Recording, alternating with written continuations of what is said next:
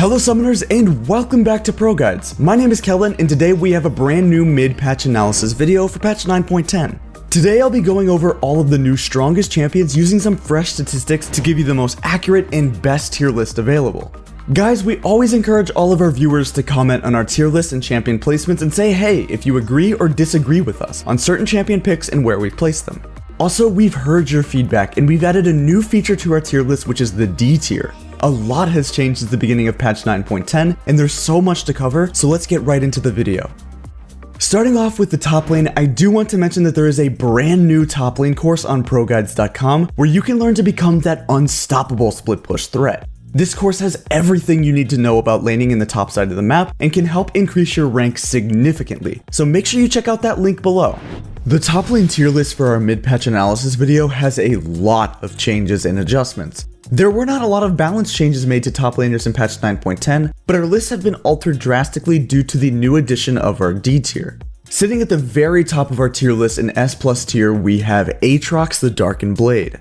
Ever since his little rework on patch 9.9, he has been absolutely dominating in the top lane and is currently one of the highest win rates and play rates in the game. It's all of his healing combined with his mobility, his burst, and his crowd control which makes him an unstoppable threat in the top lane, and he's a constant threat throughout all stages of the game. We highly recommend you pick or ban this champion. In our S tier, we have Jax, Darius, Urgot, Vladimir, and Renekton. These 5 champions are a notch above the rest of the champions below them, and will give you the competitive edge you need in order to win more games overall. In addition to that, all of these 5 champions have a relatively low skill cap compared to some of their counterparts in the top lane, so it'll be really easy to pick them up and start gaining that free LP. Riven was nerfed at the start of patch 9.10, and our analysts were correct in dropping her down into A tier. Her playmaking potential was reduced significantly due to the cooldown increase on her E, Valor. However, this nerf was followed by a compensation buff to her Broken Wings cooldown, which prevented Riven from being completely gutted and is definitely still playable. Riven will sit comfortably in our A tier for patch 9.10 and is still a great pickup in the top lane, especially if you already are a Riven main. If you've watched MSI recently, you're probably wondering why champs like Akali and Ryze seem so strong during that tournament, but are currently listed in our C tier for patch 9.10. Although it's true that these 2 champions are S tier picks for competitive play, they just aren't that good for solo queue. Their win rates are abysmal, and picking any of these champions will likely hurt your team more than help them. So the next time you see your teammate lock in Ryze or Akali, you might want to consider biting that bullet and dodging. For this new patch though, our challenger analysts recommend you pick up Sylas in the top lane. Although he doesn't necessarily reflect his strength in lower elo brackets, he's an insanely powerful pick in the right hands. Once you learn how to play him, there's nothing stopping you from achieving your next rank. But do keep in mind that he's a rather difficult champion, so make sure to play some normal games first before jumping into ranked.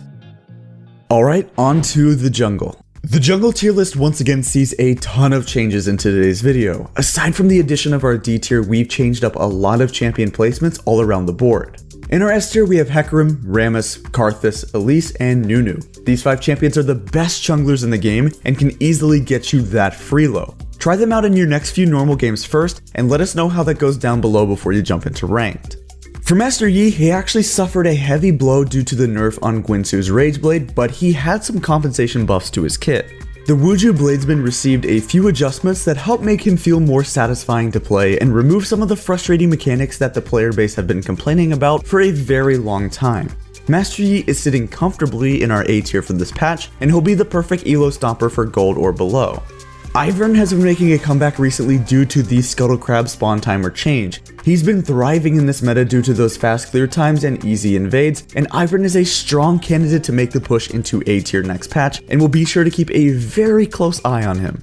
Do not underestimate this champion, not even slightly. He is stronger than he looks, and Daisy will help him alley-oop and dunk away your LP. Graves received a buff and a nice new skin at the start of patch 9.10, but his win rate and play rate have only gone up by a small amount. Although the buffs to his Q, end of the line, were helpful for sure, they just weren't enough to bring him back to his Season 6 prime time. Overall, Graves does feel a little bit stronger, but will remain in B tier for our mid-patch analysis tier list.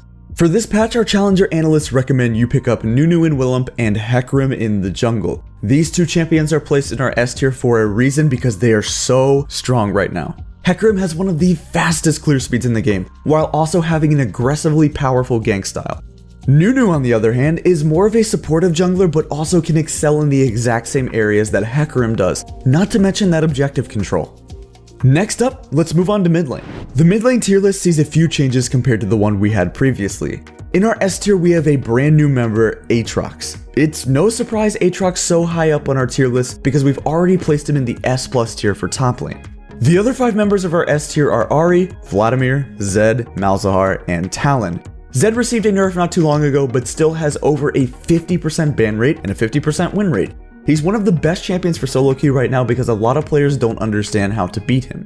Morgana is still terrorizing the mid lane with her GLP and Glacial Augment build, and she's been frequently picked up by G2's caps during MSI. This build is so powerful right now, and it's the perfect pickup for anybody who gets auto-filled into the mid lane. The playstyle is pretty straightforward and extremely strong, so make sure you give this one a go. Champions like Syndra, Lissandra, Ryze, Victor, and Akali have all been seeing a ton of play during MSI, but they just aren't great picks for solo queue. A lot of their strengths excel in competitive matches but feel very underwhelming in solo queue. Ryze and Akali have some of the lowest win rates in the game, and Syndra, Lissandra, and Victor are just average picks at best. However, there is one pick that did see some play during MSI and is very viable for solo queue, and that pick is Lux. If you watch the games with Team Liquid versus Invictus, Jensen pulled out a Lux as a counter pick to rookie Zoe. Lux is one of the best burst mages for solo queue, and she's sitting in our A tier for patch 9.10. Most of you probably know how to play her already, so it won't be a problem adding her to your champion pool. For this patch, our challenger analysts recommend you pick up Sylas in the mid lane. Sylas has been seeing a ton of play, both in competitive and solo queue matches. He's one of the strongest champions in the game right now, and you should definitely try him out in your next few games. But like always, remember he's hard, just as we said before, so you're gonna need a lot of practice before you win those ranked games. Alright, to the AD carries we go in the bottom lane. The ADC list sees a ton of changes compared to the one that we had at the start of the patch. In S tier, we have Draven, Jinx, Sivir, and Ezreal. These 4 ADs are the most powerful marksmen in the bottom lane for this patch, and they are the best choices when it comes to ADCs. Kai'Sa and Vayne have dropped down to our A tier due to the nerfs to Gwyntu's Rageblade because they were a lot to bear on those 2 champions. However, there's a brand new Kai'Sa build which involves her building a Manamune. If you want to learn more about this build, then go check out our OP Korean builds video that we released last week. Draven's win rate has been steadily increasing at the beginning of every single patch, and he is scarier than ever before. We've also seen the buffs to Essence Reaver at the start of 9.10, which has made a lot more players picking up Sivir in the bottom lane, which is the perfect Draven meta.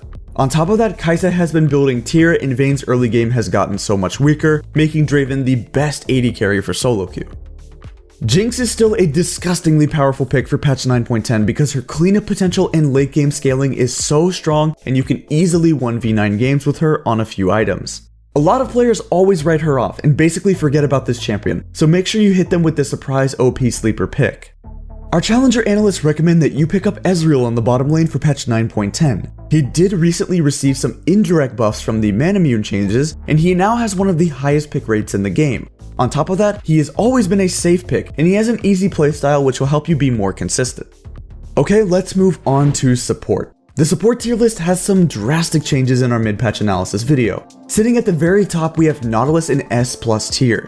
The Naughty Nautilus currently has the second highest pick rate and the highest win rate among all other supports, which is absolutely bonkers. He's been doing well in other roles too, such as jungle and mid, where you can easily flex him into those if you know how to play him.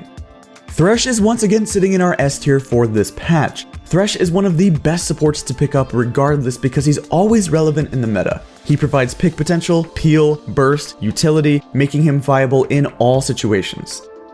Those heavy CC playmaking supports such as Alistar, Braum, and Galio have been seeing a ton of play during MSI, but they just don't bring the same results in solo queue. They're average picks at best, and you're much better off sticking to mages such as Nami, Morgana, and Lux. Yuumi was released during this patch and, well, is sitting at the very bottom of our tier list at the F tier. She currently has a 36% win rate on the Rift. Whew. But hey, hang on, there's actually some good news. She is confirmed to receive a buff on the next patch, which might increase her viability. But for now, don't go anywhere near this champion in ranked unless she's on the enemy team, because it seems that she'll lose you the game. And lastly, for supports for patch 9.10, our challenger analysts recommend you pick up Nami in the bottom lane. She is one of the most annoying supports to play against and has an incredibly strong laning phase. Although her bubble is somewhat difficult to land, the other parts of her kit are relatively easy, so give her a try and let us know how that goes in the comments.